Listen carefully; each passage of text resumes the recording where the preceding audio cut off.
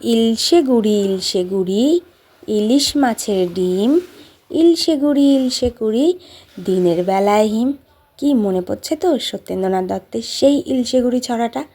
তো আজকে তো বাইরে প্রচণ্ড পরিমাণে বৃষ্টি হচ্ছে, মানে বর্ষাকালে সেই ইলশে গুড়ি বৃষ্টি। আর আমার বাবা নিয়ে চলে এসেছে দুটো ইলিশ মাছ। তো ইলিশ মাছ দুটো কিন্তু খোকা ইলিশ, তোমরা দেখেই বুঝতে পেরেছ।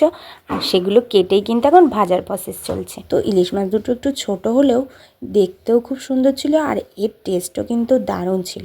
মা আজকে রান্না করছে ইলিশ মাছ দিয়ে বেগুন দিয়ে। তো এটা তো ইলিশ মাছের একটা অন্যতম রেসিপি, আর খেতেও খুব টেস্টি। তো তোমাদের সঙ্গে আজকে এই রেসিপিটাই ভাবছি শেয়ার করব।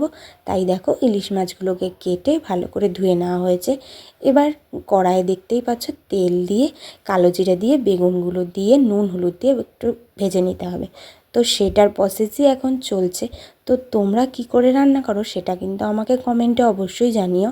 আর এখানে বাটা হয়েছিল সর্ষে আর কাঁচা লঙ্কা টমেটো। তো পোস্ত কিন্তু দেওয়া হয়নি, তোমরা যদি চাও তো দিতেই পারো।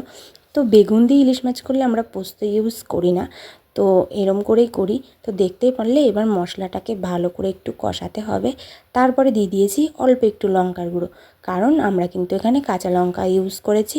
আর আমাদের বাড়িতে বেশিরভাগ কাঁচা লঙ্কাটাই খাওয়া হয়, কারণ কাঁচা লঙ্কাটা খেতেই আমাদের মানে বেশি ভালো লাগে। আর যেটা আমরা গুঁড়ো দিলাম সেটা কিন্তু আমরা রঙের জন্যই দিই, মানে কালারের জন্য। তো দেখতেই পারলে মশলাটাকে ভালো করে কষিয়ে এবার জল দিয়ে দেওয়া হয়েছে।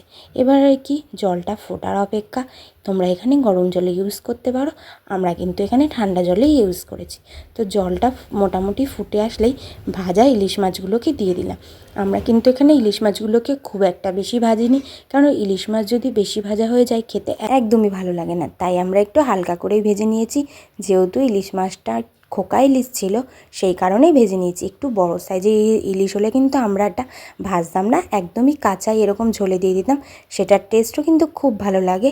তো দেখো মা একদম হালকা করে ভেজে নিয়েছে। আর আমাদের কিন্তু আজকে মানে পুরো ইলিশ মাছটা করেনি, মানে 4 পিস নিয়েই বেগুন দিয়ে ঝোল করেছে, আর বাকিটা দিয়ে অন্য রেসিপি হবে। তো সেটাও তোমাদের সঙ্গে পারলে শেয়ার করব। তো দেখো আমাদের কিন্তু ইলিশ মাছ দিয়ে বেগুন একদম রেডি হয়ে গেছে। তোমরা বাড়িতে কিভাবে রান্না করো কমেন্টে জানিও। আর রেসিপিটা ভালো লাগলে লাইক করে দিও, আর সাবস্ক্রাইব করে পাশে থাকতে ভুলো না।